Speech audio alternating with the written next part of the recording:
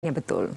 Ya, dan sepanjang kita sebenarnya menyambut Bulan Kebangsaan ini, mungkin juga kita perlu memperingati kepada mereka yang terkesan akibat daripada MCO dan juga COVID-19 yang masih lagi sedang kita hadapi.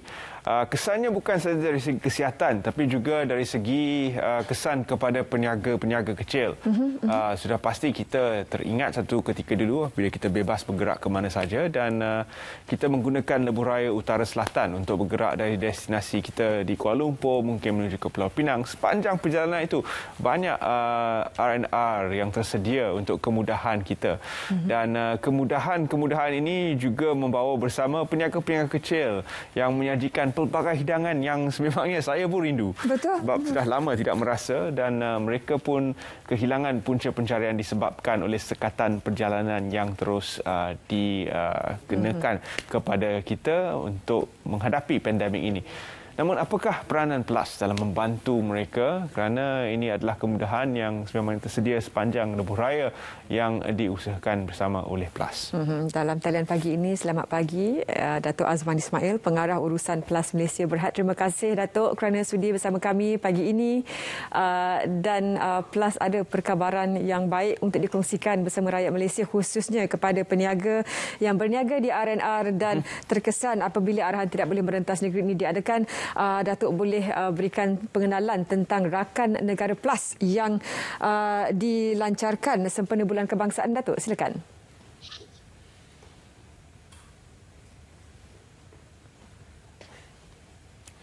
Baik, kita akan cuba berhubung semula dengan Datuk. Konsep yang sedang ditujangi oleh PLUS ini adalah untuk membantu para peniaga yang terkesan akibat daripada apa yang berlaku di seluruh negara.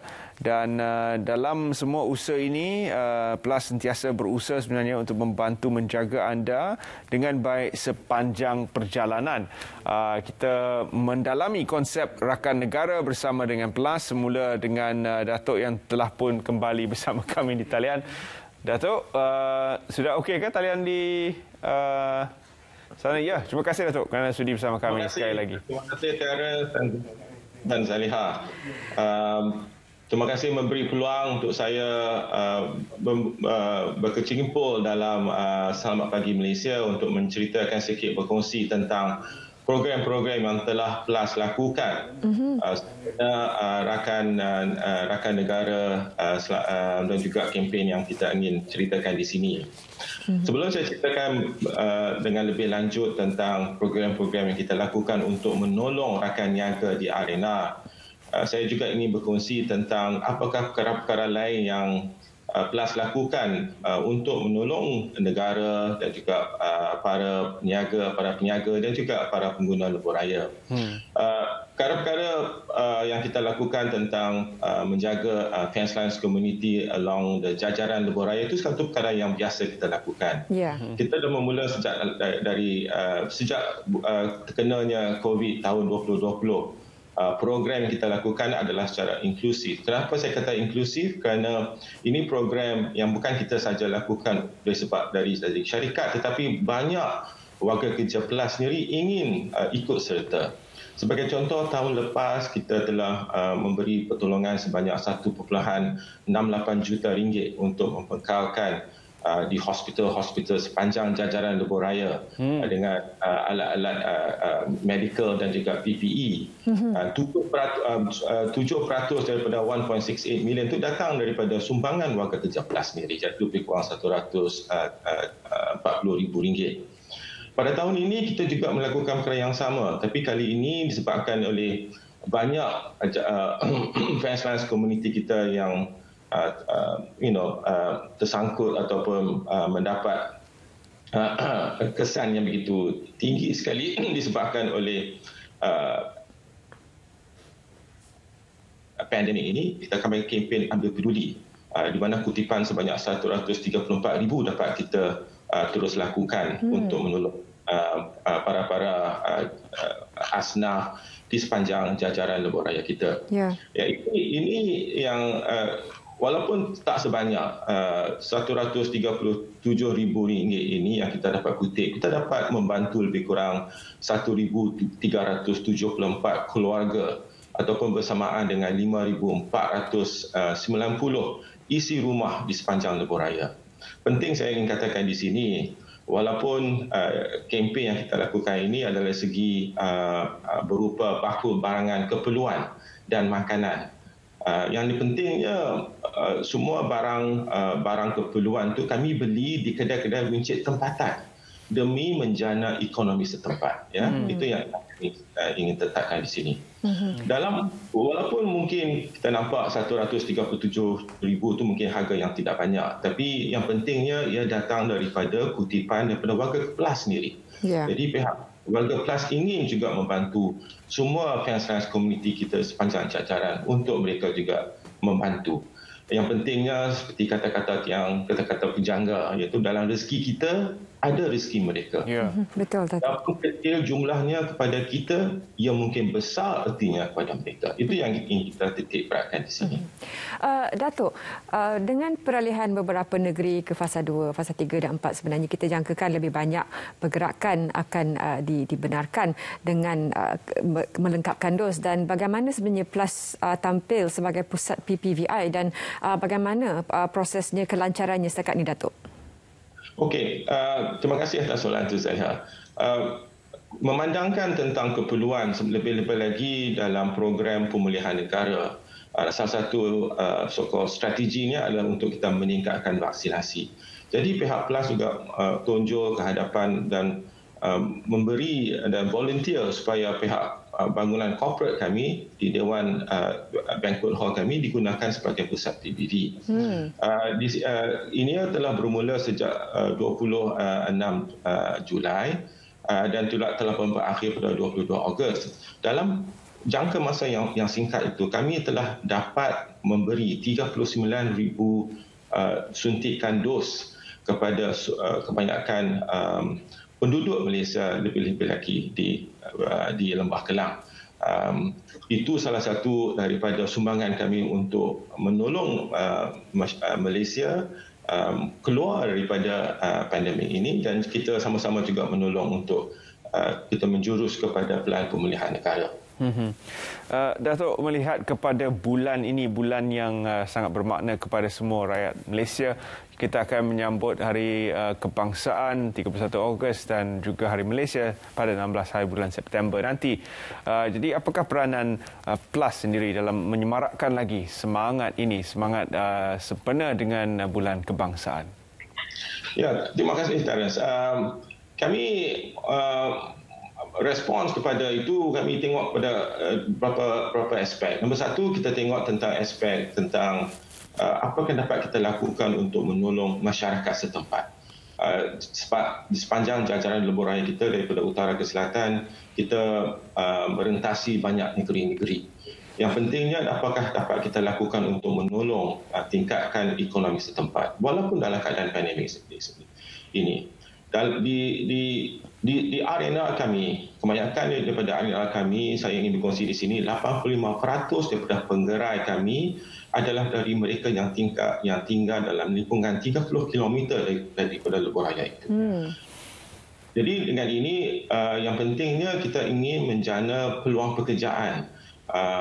Yang pentingnya beri peluang kepada usaha setempat membekalkan produk, makanan serta hasil jualan mereka yang tinggal berhampiran dengan kawasan lebuh raya. Jadi sekaligus kita mempertingkatkan ekonomi tempatan. Dan juga pentingnya saya ingin ceritakan di sini, disebabkan jajaran kami secara tidak langsung kami akan dapat memberi kesan sebanyak 15 ke 20,000 komuniti sekitar dalam berada dalam ekosistem lebuh raya kami. Jadi salah satu kempen yang kami ingin perkenalkan di sini adalah kempen Satu Pembelian Seribu Harapan.